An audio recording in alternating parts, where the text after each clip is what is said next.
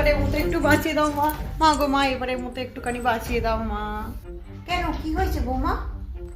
তোমার ছেলের মানিব্যাগ থেকে টাকা চুরি করছিলাম, তোমার ছেলে দেখে নিয়েছে। আমি কি করে বাঁচাবো তোমাকে? তুমি মানিব্যাগ থেকে তুমি টাকাটা নিয়েছো, তাহলে ও আর কিছু বলতে পারবে না। আচ্ছা ঠিক আছে, দেখছি।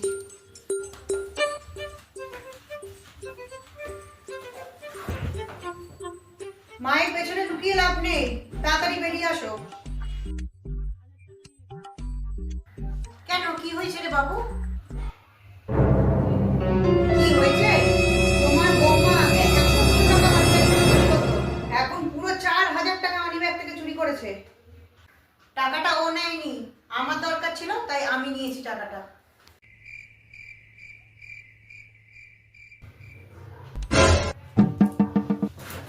বাহ, বাহ, বাহ।